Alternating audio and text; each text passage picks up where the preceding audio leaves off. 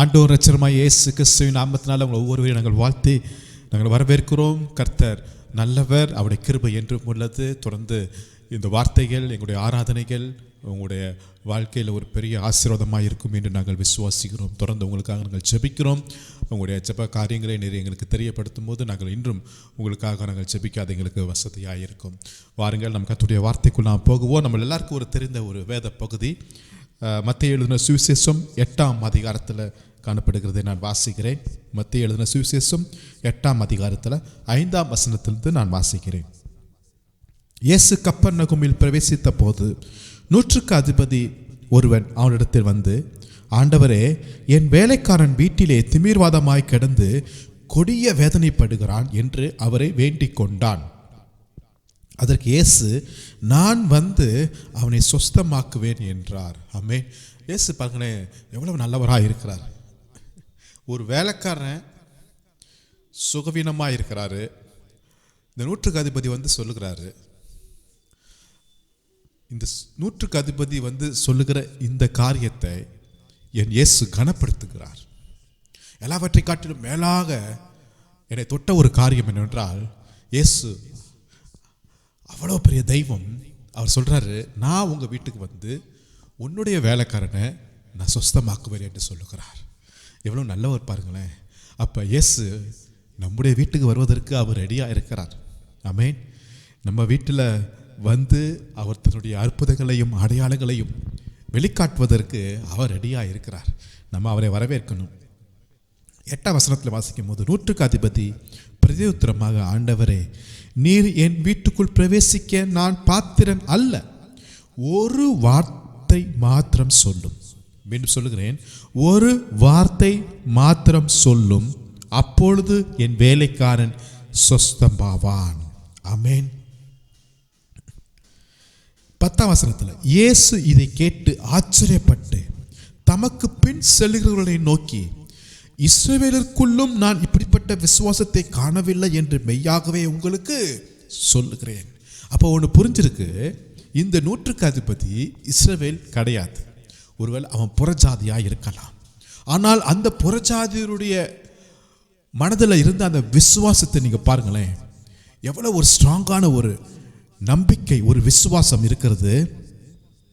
நீங்கள் ஒரு வார்த்தை சொல்லுங்கப்பா, என் வேலைக்காரன் சொஸ்தமாகுவான். ஆமென். அப்போ இந்த ஒரு புறஜாதியுடைய வாழ்க்கையில் இவ்வளோ ஒரு பெரிய விசுவாசம் இருக்குது. நாமும் புறஜாதிகள் தான். நம்முடைய வீட்டுக்கு இயேசு வருவதற்கு அவர் ஆயத்தமாக இருக்கிறார். ஆமென்.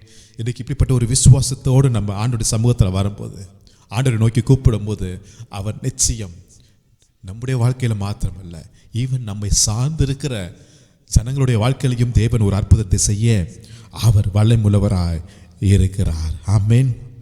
13ஆம் வசனத்தில், பின்பு இயேசு நூற்றுக்கு அதிபதியை நோக்கி, நீ போகலாம், நீ விசுவாசித்தபடியே உனக்காக கடவது என்றார். அந்த நாளிகையிலே அவன் வேலைக்காரன் சுஸ்தமானான். அந்த மணி நேரத்தில், சரியான நேரத்தில் இல்லையா, கர்த்தர் சரியான நேரத்தில், அந்த வார்த்தை சொன்ன நேரத்தில், அவன் விசுவாசம் வைத்த நேரத்தில் கர்த்தருடைய சுகம் அவன் வீட்டுக்குள்ளே பிரவேசிக்கிறதை நாம் பார்க்கிறோம். ஒரு வார்த்தை மாத்திரம் சொல்லும், அப்பொழுது என் வேலைக்காரன் சொஸ்தமாவான். அப்போ ஒரு வார்த்தையில் எவ்வளோ வல்லமை இருக்கிறது என்று பார்க்கிறோம். ஆமென். அந்த வார்த்தையில் எவ்வளவு அற்புதங்கள் அதிசயங்கள் நடக்கிறதை நாம் பார்க்க முடியுது. அநேக சமயத்தில் சில வார்த்தை நம்முடைய வேதனைக்குள்ளாக்குறது, சில வார்த்தை நம்முடைய மனதை கஷ்டப்படுத்துகிறது, சில வார்த்தை சில உறவுகளை கூட முறிக்கிறது, சில வார்த்தைகள் சில திருமணங்களையும் கூட அது முறித்து போடுகிறதை நாம் நிறைய பார்த்துக்கிறோம். சில சமயத்தில் சொல்லுவாங்க, அவங்க என்னை பற்றி இந்த ஒரு வார்த்தை பேசுகிறாங்க. எப்போ சொன்னாங்க? 15 வருஷத்துக்கு முன்னாடி, 30 வருஷத்துக்கு முன்னாடி அந்த வார்த்தையை என்னை பார்த்து சொன்னாங்க. அந்த வார்த்தை என்னை சுக்குநூறாய் உடைத்தது, என் இருதயத்தை உடைத்தது, என்னை சோர்வுக்குள்ள ஆக்கினது. அப்போ இந்த ஒரு சின்ன வார்த்தை ஜனங்களை எவ்வளவோ அதிகமாய் உடைக்கிறதை நாம் பார்க்கிறோம். ஜனங்களுடைய வாழ்க்கையில் எவ்வளவு ஒரு கசப்பை, ஒரு வேதனையை, ஒரு பிரிவை உண்டாக்குகிறதை நாம் பார்க்கிறோம். இதெல்லாம் பிசாசுடைய வார்த்தைகளாக இருக்கிறது. ஆனால் வேதத்தை நீங்கள் வாசிக்கும் போது ஆண்டுடைய ஒரு வார்த்தை, அந்த வார்த்தையில் வல்லமை இருந்தது என்பதை நாம் மறக்கவே முடியாது. ஆதியாகமம் 1ஆம் அதிகாரத்தில் நம்மளுக்கு எல்லாத்துக்குமே தெரியும், ஆண்டவர் ஒன்றாய் படைக்கிறார் இல்லையா? தேவன் வெளிச்சம் உண்டாக கடவது என்றார், வெளிச்சம் உண்டாயிற்று. ஒரே ஒரு வார்த்தை தான் பாருங்களேன், வெளிச்சம் உண்டாக கடவது, அவ்வளவுதான். வெளிச்சம் உண்டாயிற்று. ஒரே வசனத்தில் வார்த்தையும் வந்துச்சு, அதே வசனத்தில் அற்புதங்களும் நடந்தது. இது தான் தேவனுடைய வார்த்தையின் வல்லமையாக இருக்கிறது. ஆமென். அந்த பூமி எப்படி இருந்தது? ஒழுங்கின்மையாக இருந்துச்சு, வெறுமையாக இருந்துச்சு, இருள் சூழ்ந்து இருந்துச்சு. இப்படிப்பட்ட பூமியின் மேலே தேவன் தன்னுடைய அற்புதத்தை எப்படி வெளிப்படுத்துகிறார் என்றால், தன்னுடைய ஒரே ஒரு வார்த்தையின் வல்லமையின் மூலமாய் இந்த ஒழுங்கின்மை, இந்த வெறுமை, இந்த இருள் முற்றிலுமாய் மாறி ஒரு அற்புதமான ஒரு படைப்பை என் தேவன் தன்னுடைய பிள்ளைகளுக்கு என்று அவர் உண்டு பண்ணியிருக்கிறார். ஆமென். பாருங்களேன், இந்த பூமி எவ்வளவு பெருசு, நம்மளால அது கணக்கிடவே முடியாது. எத்தனையோ கோள்கள் இருக்கிறது இல்லையா? நம்மளுக்கு வெறும் இந்த பூமி தான் தெரியும். இதை தவிர எத்தனையோ கோள்கள், வானம், சூரியன், சந்திரன், நட்சத்திரங்கள் என்று சொல்லி ஆகாய விரிவுகள் என்று பார்க்கும்போது ஒரு பெரிய லெவல், அது நம்மளால மூளையால் யோசிக்க முடியாத அளவுக்கான இந்த உலகம் இருக்கிறதை நாம் பார்க்கிறோம். அப்ப இவ்வளவு பெரிய உலகத்தை, இவ்வளவு பெரிய பூமியை, இவ்வளவு அழகான நேர்த்தியான அற்புதமான இந்த படைப்பை அவர் உருவாக்குறதுக்கு எத்தனை நாட்கள் தேவைப்பட்டுச்சு, எத்தனை மனிதர்கள் தேவைப்பட்டாங்க, எத்தனை பேருடைய முயற்சி தேவைப்பட்டுச்சு அப்படின்னு எத்தனை கொஸ்டின் சொன்னாலும் ஒரே ஒரு ஆன்சர், தன்னுடைய வார்த்தையின் மூலமாய் உருவாக்கி இருக்கிறார். வெளிச்சத்தை எப்படி உண்டாக்கினார்? வார்த்தையினால் உருவாக்கினார். இந்த மரங்கள், செடிகள், கொடிகள், கனிகள், காய்கள், பூக்கள் எப்படி உண்டாக்கினார்? தன்னுடைய வார்த்தையின் மூலமாய் உருவாக்கினார். விலங்குகள், பறவைகள் எப்படி உண்டாக்கினார்? தன்னுடைய வார்த்தையின் மூலமாய் உருவாக்கினார். தண்ணீர், காட்டு மிருகங்கள், நாட்டு மிருகங்கள் எப்படி உருவாக்கினார்? தன்னுடைய வார்த்தையின் மூலமாய் உருவாக்கினார். அப்ப இது எதுவுமே இல்லை, தன்னுடைய வார்த்தை அங்கு கிரியை செய்கிறதை பார்க்கிறோம். அப்ப இல்லாததை உருவாக்குகிற தேவன் நம்முடைய தேவனாய் இருக்கிறார். அல்லேலூயா. யோசித்து பாருங்களேன், ஒரு வீடு நம்ம கட்டுறோம் அல்லது ஒரு கார் வாங்குகிறோம் இல்லையா, இதுக்கு எவ்வளவு செலவு பண்ணுது என்று பார்க்கும்போது எக்கச்சக்கமான செலவு இருக்கும். நம்முடைய பட்ஜெட்டுக்கு தாண்டி இருக்கும். அது அப்படியே கொஞ்சம் யோசித்து பாருங்களேன், இந்த உலகம் தோன்றுவதற்கு, உருவாகிறதுக்கு எத்தனை கோடி ரூபாய் செலவு பண்ணியிருப்பாங்கன்னு பார்த்தா அது நம்மளுடைய கற்பனைக்கு மேலே போகும். அவ்வளவு மதிப்பு வாய்ந்த இந்த பூமியை, இந்த உலகத்தை, சூரியன், அதோட வெளிச்சம், இந்த அழகை எப்படி உருவாக்கினார்னா தன்னுடைய வார்த்தையின் மூலமாக உருவாக்கினார். அப்போ தன்னுடைய வார்த்தை இல்லாததை உருவாக்குகிறது. தன்னுடைய வார்த்தை வெறுமையானதை மாற்றக்கூடியதாக இருக்கிறது. ஆமென். இன்றைக்கும் அவருடைய வார்த்தையை நீங்கள் விசுவாசிங்க. அந்த ஒரே ஒரு வார்த்தை என் வாழ்க்கையில், உங்கள் வாழ்க்கையில், நம்முடைய குடும்பத்தில், நம்முடைய ஊழியத்தில் இல்லாததை உருவாக்கக்கூடியதாக இருக்கிறது. ஒருவேளை இருள் சூழ்ந்து இருக்கலாம், ஒருவேளை நீங்கள் வெறுமையில் இருக்கலாம், ஒருவேளை நீங்கள் தனிமையில் இருக்கலாம், பல ஆயிரம் கேள்விகளோடு இருக்கலாம், எல்லாம் முடிந்தது என்று நினைத்திருக்கலாம். ஆனால் அவருடைய வார்த்தையை விசுவாசிங்க. அன்றே ஒரு வார்த்தை, ஒரு வார்த்தை, ஒரு வார்த்தை, ஒரு வார்த்தை, அந்த ஒரு வார்த்தை இல்லாததை உருவாக்கக்கூடியதாக இருக்கிறது. ஆமென், ஆமென், ஹல்லேலூயா. உன் வலையை அந்த வலது புறத்தில் ஆழத்தில் போடு என்று அந்த ஒரு வார்த்தையில் ஒரு நைட்டு ஃபுல்லாக கிடைக்காத மீன்கள் எல்லாம் இப்போது அந்த வலையை நோக்கி வருவதற்கு அற்புதம். எப்படி அந்த வார்த்தைக்கு மீன்கள் கீழ்ப்படுகிறதை நாம் பார்க்கிறோம். எலியாட்ட சொல்றாரு, நீ போய் ஒளிந்திரு என்று சொல்றாரு. அதே போல அவர் போய் ஒளிந்திருக்கும் போது, அந்த வார்த்தைக்கு கீழ்ப்படிந்து இருக்கும் போது, அவரை போஷிக்கிறதுக்கு என்று காகங்களை கர்த்தர் அனுப்புகிறதை நாம் பார்க்கிறோம். ஹல்லேலூயா. என் தேவன் நல்லவருங்க. அந்த ஒரு வார்த்தை என் வாழ்க்கையில் இல்லாததை உருவாக்கக்கூடியதாக இருக்கிறது என்று நாம் விசுவாசிப்போம். ஆமென், ஹல்லேலூயா. கர்த்தர் நல்லவர், அவருடைய கிருபை என்றும் உள்ளது. ஆமென். இரண்டாவதாக நாம் பார்க்கிறோம் அவருடைய வார்த்தையுடைய வல்லமையுடைய காரியங்கள் என்ன என்று பார்க்கும்போது, சங்கீதம் 107வது சங்கீதத்தில் 20வது வசனத்தை நான் வாசிக்கிறேன். 107வது சங்கீதத்தில் 20வது வசனத்தை நான் வாசிக்கிறேன். அவர் தமது வசனத்தை அனுப்பி அவர்களை குணமாக்கி அவர்களை அழிவுக்கு தப்புவிக்கிறார். மீண்டும் வாசிக்கிறேன். அவர், என் தேவன் தம்முடைய வசனத்தை, இல்லையா, நல்லா கவனிங்களேன், வசனத்தை அனுப்பி அவர்களை, வசனம், ஒரே ஒரு வசனம், ஆனால் அதோடைய கிரியை, அதோடைய வல்லமை அவர்களை குணமாக்கி. ஆமென். அப்போ ஒரு வார்த்தையுடைய வல்லமையுடைய காரியத்தை நான் பார்த்துட்டு இருக்கிறோம். அப்போ ஒரு வார்த்தையை அனுப்பினாலும் அங்கு ரிசல்ட்டை நீங்கள் பார்க்கும்போது எப்படி இருக்கிறது? ஹீலிங்கு பலருடைய வாழ்க்கையில், பல குடும்பத்தில் அற்புதம் நடக்குது. ஆமென். இப்போ ஒவ்வொருத்தருக்கும், ஒவ்வொரு குடும்பத்திற்கும், ஒவ்வொரு வியாதிக்கு ஒரு வார்த்தையை அனுப்பணும்னு அவசியமே இல்லை. ஒரே ஒரு வார்த்தை, ஆமென், எனக்கு சித்தம் உண்டு, நீ சுத்தமாகு என்கிற ஒரு வார்த்தை, உன் படுக்கையை எடுத்து எழுந்து நட என்று சொல்லுகிற அந்த ஒரு வார்த்தை ஒருத்தருக்கு மாத்திரமல்ல, ஆண்டவரை நம்பி வந்த அவருடைய நாமத்தை அறிக்கை பண்ணுகிற ஒவ்வொருடைய வாழ்க்கையிலையும், ஒவ்வொருடைய சரீரத்திலையும், ஆத்துமாவிலையும், இருதயத்தையும், ஆவிலையும் கர்த்தர் ஒரு சுகத்தை கர்த்தர் தர அவர் வல்லமையுள்ளவராய் இருக்கிறார். ஹல்லேலூயா. அவர்களை அப்ப நான் இன்னைக்கு என்ன சொல்றேன்னா, ஆமா, ஒரு குடும்பத்தில் ஒருத்தராவது நீங்க விசுவாசிக்கல.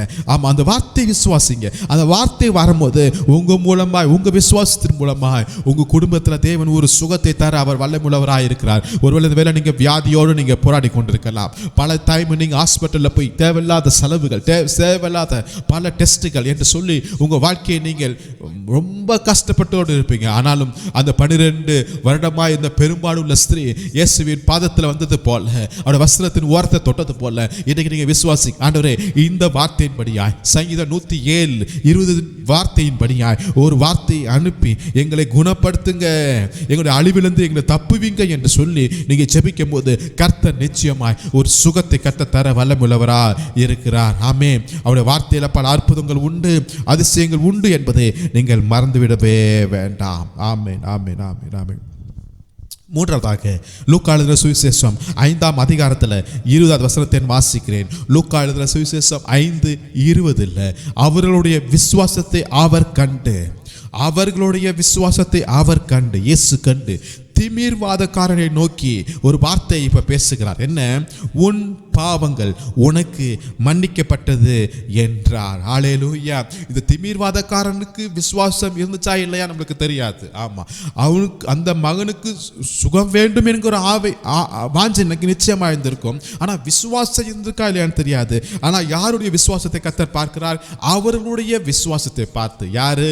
அந்த ஒரு 4 பேர் 5 பேர் 6 பேர் அவருடைய நண்பர்களா இருக்கலாம், அவருடைய உறவினர்களா இருக்கலாம், தெரிஞ்சவங்களா இருக்கலாம், அந்த சமுதாயத்தில் ஒரே தெருவில் வாழ்கிறவர்களா இருக்கலாம், அவளோடு கூட படித்தவர்களா இருக்கலாம். அவளுக்கு ஒரு ஆசை, இந்த மகனுக்கு ஒரு சுகம் வேண்டும், இந்த மகன் எழுந்து நடக்கணும், அற்புதத்தோடு வாழணும் என்கிற ஒரு ஆசையில் சிரமப்பட்டு அந்த மகனை தூக்கிட்டு வராங்க. தூக்கிட்டு வந்தா வீடு முழுவதும் மக்களால், ஜனங்களால் நிரம்பி இருக்கிறது. இப்போ உள்ள போகிறதுக்கு முடியல. இவர் வேற தூக்கிட்டு இருக்கிறாங்க. என்ன பயிராங்க தெரியுமா? பயங்கரமான ஒரு ஐடியா அங்கே வருகிறது. என்ன? மேலே ஏறு, கூரையை பிய்யு, ஓட்டை எடு, உள்ள மேலேருந்து இறக்கலாம். என்ன ஒரு விசுவாசம் பாருங்களேன். ஹல்லேலூயா. இதற்காக அந்த வீட்டுடைய உரிமையாளர்கிட்ட பர்மிஷன் கேட்டாங்களோ இல்லையோ எனக்கு தெரியாது. ஆமா, ஆனாலும் இவங்களுடைய முயற்சி, இவங்களுடைய அந்த விடாமுயற்சி, இவங்களுடைய அந்த விசுவாசம், ஆமென், அந்த ஒரு வியாதியஸ்தனுக்கு ஒரு சுகத்தை கொடுத்தது மாத்திரமல்ல, உன் பாவங்கள் உனக்கு மன்னிக்கப்பட்டது. ஹல்லேலூயா. அப்ப நான் சொல்லுவேன், எந்த இடத்துல விசுவாசம் இருக்கோ அங்க மன்னிப்பு உண்டு. எந்த இடத்துல மன்னிப்பு இருக்கோ அந்த இடத்துல உன் சுகம் உண்டு. ஹல்லேலூயா. உன் அக்கிரமங்கள் எல்லாம் அவர் மன்னிக்கிறார். ஆமென். என் நோய்கள் எல்லாம் அவர் சிலுவையில் அவர் சுமந்து விட்டார். எனக்கு ஒரு சுகம் உண்டு. ஹல்லேலூயா. என் பாவங்கள் எல்லாம் மன்னிக்கப்பட்டு விட்டது. ஆமென். கர்த்தர் இன்னைக்கு 10 சொல்றார், உன் பாவங்கள் எல்லாம் உனக்கு மன்னிக்கப்பட்டு விட்டது. ஹல்லேலூயா. ஆமென், ஆமென். இன்னைக்கு கர்த்தர் சொல்றார், உங்க பாவங்கள் எல்லாம் மன்னிக்கப்பட்டது அப்படின்னு சொல்லிட்டார். ஆமா, நம்மளும் ஒப்புர வாங்கிட்டோம், நம்மளும் பாவத்தை அறிக்கை பண்ணிட்டோம். ஆனாலும் வீட்டுக்கு போயிட்டு ஒரு வாரம் கழிச்சு மீண்டும் அந்த பழைய காரியங்கள், செய்த காரியங்கள், அந்த குற்ற உணர்வு நமக்குள்ள என்ன செஞ்சு வந்து நீ இப்படிப்பட்ட பாவம் செஞ்ச, நீ இப்படிப்பட்ட துரோகம் செஞ்ச, ஆமா, நீ விசுவாசி கிடையாது, நீ நீதிமான் கிடையாது, நீ பரலோகத்துக்கு சொந்தம் முடியாது, உனக்கு ஆசீர்வாதம் கிடைக்காது என்று சொல்லி சில சமயத்தில் பிசாசன் என்ன செய்றான்? விழுந்து போன அந்த காரியத்தை, பழைய காரியத்தை எடுத்து என்ன செய்வான்? நம்ம மனதில் போட்டுக்கிட்டே இருப்பான். ஆனாலும் இயேசுவின் நாமத்தினால இப்பொழுது நம்ம அறிக்கை பண்ணுவோம், இயேசு இரத்தத்தினால என்னுடைய பாவங்கள், என்னுடைய சாபங்கள், என்னுடைய அக்கிரமங்கள் எல்லாவற்றையும் இயேசு அவர் சிலுவையில் சுமந்து விட்டார். ஆமென். இயேசு இரத்தத்தை நான் விசுவாசிக்கிறேன். இயேசு கிறிஸ்துவின் இரத்தத்தின் மூலமா எனக்கு ஒரு சுகம் உண்டு. என் பாவங்கள் எல்லாம் மன்னிக்கப்பட்டது. இரத்தாம்பர சிவப்பா இருந்தாலும் அவர் பஞ்சை போல வெண்மையாக்குகிற தேவனா இருக்கிறார். அவன் எப்பேற்பட்ட பாவியா இருந்தாலும் இயேசு இடத்துல வரும்போது அந்த பாவிக்கு ஒரு நிச்சயமான ஒரு விடுதலை உண்டு. ஹல்லேலூயா, ஹல்லேலூயா. ஆமென், ஆமென். உன் பாவங்கள் உனக்கு மன்னிக்கப்பட்டது. எஸ், அந்த ஒரு வார்த்தையில் என்னுடைய முழு பழைய வாழ்க்கைக்கு ஒரு முற்றுப்புள்ளி உண்டானதை நான் இன்றைக்கு விசுவாசிக்கிறேன்.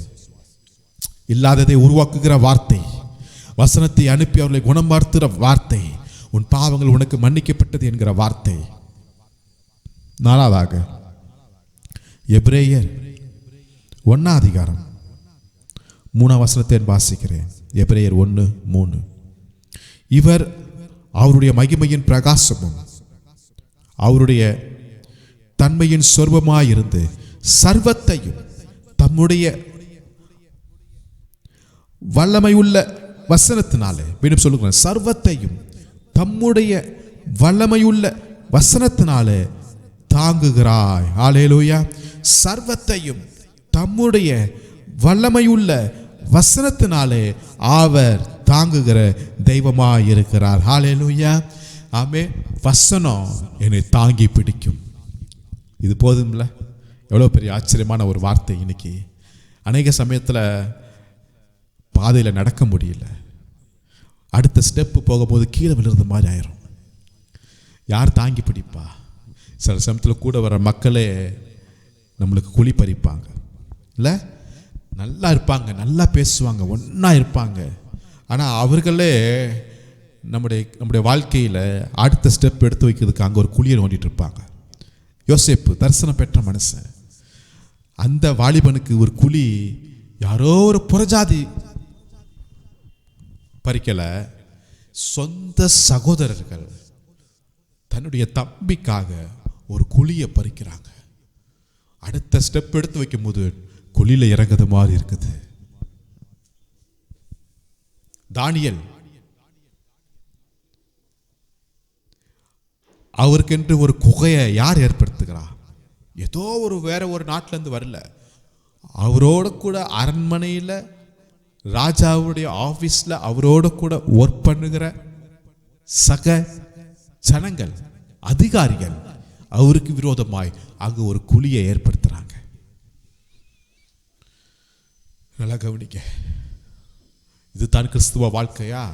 இருக்கலாம். ஆனால் உன்னை நான் விசுவாசிக்கிறேன், இந்த வார்த்தையின்படியாக தம்முடைய வல்லமை உள்ள வசனத்தினாலே கர்த்தர் என்னை தாங்குகிறார்.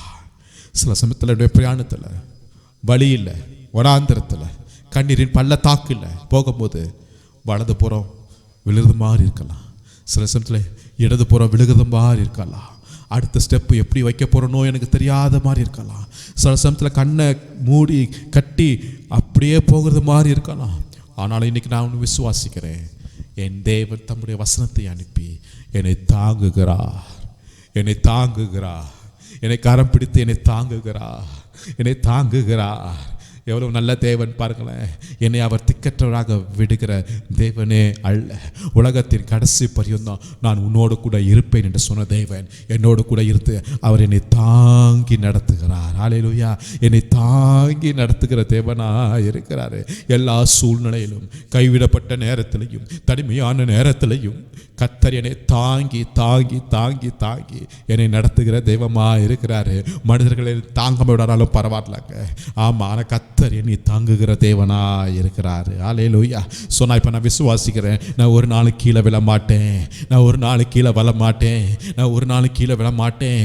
தேவதூதர்கள் மூலமாக என்னை அவர் உயர்த்துகிற தேவன், என்னை தூக்கி சுமக்கிற தேவனாக இருக்கிறார். ஹல்லேலூயா. ஹல்லேலூயா. சகலத்தையும் தாங்குகிற வசனம் அந்த வசனமாக இருக்கிறது. அதே போல அதே எபிரேயர் 4 அதிகாரத்தில் 12 வசனத்தை வாசிக்கும் போது, எபிரேயர் 4:12 அங்கு வசனத்தை குறித்தான ஒரு பெரிய ரகசியங்கள் அங்கு வெளிப்படுத்தப்பட்டிருக்கிறது. நான் வாசிக்கிறேன்.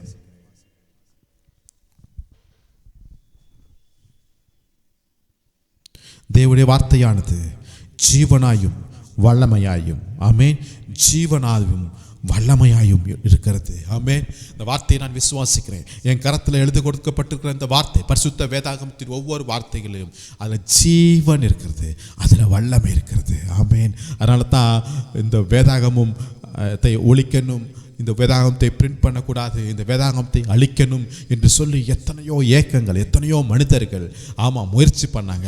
ஆனால் இதுவரையும் இந்த பரிசுத்த வேதாகமத்தை யாராலையும் ஒழிக்கவும் முடியல, அழிக்கவும் முடியல, அதை பிரிண்ட் பண்ணுவதற்கு தடை பண்ணவும் முடியல.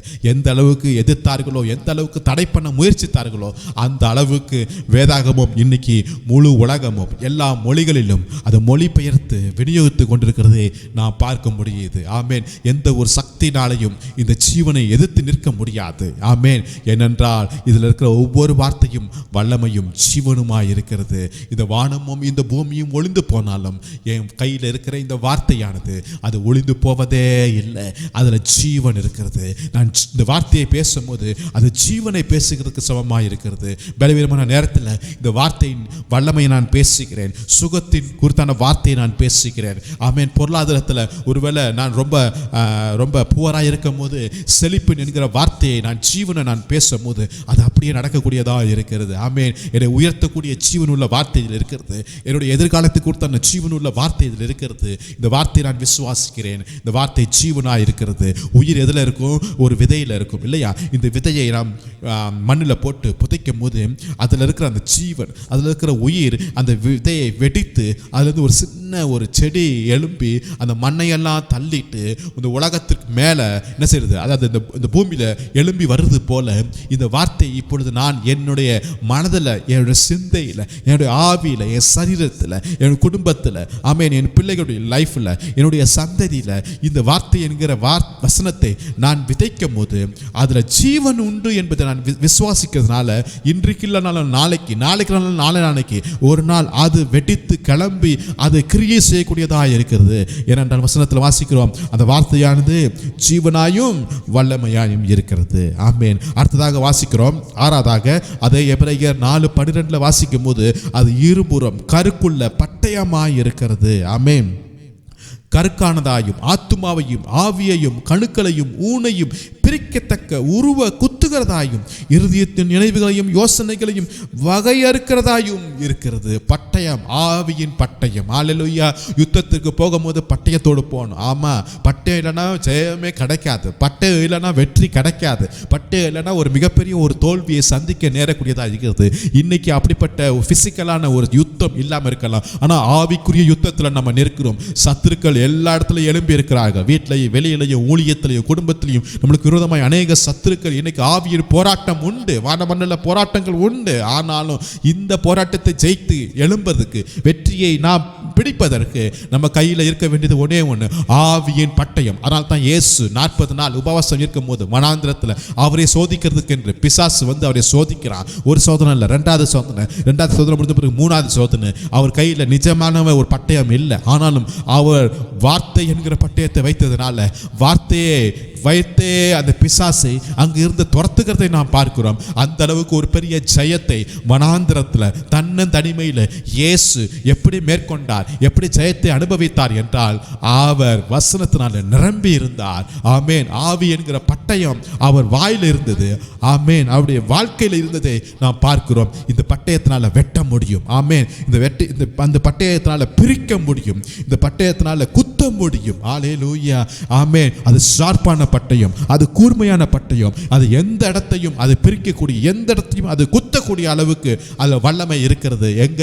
இந்த ஆவியின் பட்டயமாகிய வார்த்தையில் இருக்கிறது என்பதை நாம் மறந்து விடவே கூடாது. ஆகவே நாம் எங்கு போனாலும் பிசாசானவன் கிச்சிக்கிற சிங்கம் போன நம்மை வகை தேடி கொண்டிருக்கிறான், எவனை விழுங்கலாம் என்று. ஆனால் யார்கிட்ட பட்டயம் இருக்கிறதோ அங்கு பிசாசுக்கு ஒரு பயம் வந்துடும். ஆமென். அல்லேலூயா. ஆகவே பட்டயத்தோடு நாம் புறப்படுவோம். கர்த்தர் நம்மளுக்கு உதவி செய்வாராக. அதே போல கடைசியாக நான் வாசிக்கும் போது யோவான் எழுதின சுவிசேஷம் 6ஆம் அதிகாரத்தில் 68வது வசனத்தை நான் வாசிக்கிறேன். சீமோன் பேதுரு அவருக்கு பிரயோஜனமாக, ஆண்டவரே, யாரிடத்தில் போவோம்? நித்திய ஜீவ வசனங்கள் உம்மிடத்தில் தானையா உண்டு. ஹல்லேலூயா. இயேசு சொல்றாரு, அப்பா நீங்களும் போனா போங்கப்பா. ஆமா அப்படின்னு சொல்லி சீசர்களை பார்த்து சொல்றாரு, உங்களுக்கு போகிறதுக்கு மனசு இருந்தா நீங்களும் போயிருங்க அப்படின்னு சொல்லும் போது பேதுரு சொல்றாரு, நாங்கள் எங்கே போவோம்? உங்களை விட்டு நாங்கள் எங்கோ போவோம்? உங்களை விட்டு நாங்கள் எங்கோ போவோம்? ஜீவனுள்ள தேவனுடைய குமாரனாகிய கிறிஸ்து நீங்கள் தாப்பா. நித்திய ஜீவ வசனங்கள் உம்மிடத்தில் தான் உண்டு என்பதை அங்கு பேதுரு ஆணித்தரமாக அடிக்கிறதை நாம் பார்க்கிறோம். இன்றைக்கும் அருமையான தேவனுடைய பிள்ளைகளே, எங்கே போவோம்? ஆமாம், எங்கே போவோம்? எங்கேயும் போக முடியாது. வசனத்தில் தான் நம்ம நினைக்க முடியும். ஆமே. நம்ம நினைப்போம், ஒருவேளை அங்கே போனால், இங்கே போனால், அங்கே வேலை கிடைச்சா, இங்கே செட்டில் ஆனா, எஸ், அதெல்லாம் நம்முடைய யோசனைகள். ஆனாலும் இங்கே இருந்தாலும் சரி, அங்கே இருந்தாலும் சரி, ஆமாம், நம்மளை செழிப்பாக வைக்கக்கூடிய, நம்மளை ஆறுதலாக வைக்கக்கூடிய, நம்மளை ஆசீர்வாதமாக வைக்கக்கூடிய ஒரே ஒரு காரியம் இந்த உலகத்துடைய செல்வமோ பொருளோ செல்வாக்கோ ஆஸ்தியோ பணமோ அல்ல. அதை காட்டிலும் மேலான நித்திய ஜீவன். ஆமென். நித்திய ஜீவன். இது நித்திய ஜீவன் என்பது வெறும் உலகத்திற்குரிய காரியம் மாத்திரமல்ல, மறுமைக்குரிய காரியத்தை நான் சொல்லுகிறேன். அப்போ இந்த உலகத்தில் செழிப்பாக வாழ்வதற்கு மாத்திரமல்ல, அடுத்தது நான் மறுமையிலே போய் நான் வாழ்வதற்கு, என்னை பரிசுத்தமாக்கி என்னை அங்கு கூட்டி கொண்டு செல்வதற்கு ஒரு பெரிய வழி என்னவென்றால் இந்த நித்திய நித்திய ஜீவன். ஆமென். நித்திய ஜீவன், சாதாரண ஜீவன் அல்ல, நித்திய ஜீவன் கொடுக்கிற இந்த வார்த்தை ஒன்றே என்னை வழிநடத்தக்கூடியதாக இருக்கிறது. ஹல்லேலூயா. இந்த வார்த்தையின் வல்லமை, இந்த ஒரு வார்த்தையின் வல்லமை இல்லாததை உருவாக்கக்கூடியதாக இருக்கிறது. இந்த ஒரு வார்த்தையின் வல்லமை நம்மை குணமாக்கக்கூடியதாக இருக்கிறது. இந்த வார்த்தையின் வல்லமை என் பாவங்களை மன்னிக்கக்கூடியதாக இருக்கிறது. இந்த வார்த்தை என்னை தாங்குகிறது. இந்த வார்த்தை எனக்கு ஜீவனையும், இந்த வார்த்தை எனக்கு வல்லமையை கொடுக்கிறது. இந்த வார்த்தை ஆவியின் பட்டயமாக இருக்கிறது மாத்திரமல்ல, இது நித்திய ஜீவனுக்குரிய வார்த்தையாக இருக்கிறது. இந்த வார்த்தையின் மூலமாய் கர்த்தர் உங்களை ஆசீர்வதிப்பாராக. ஜெபிக்கலாம். நல்ல பிதாவே, நன்றியோடு உம்மை ஸ்தோத்திரிக்கிறோம் ஐயா.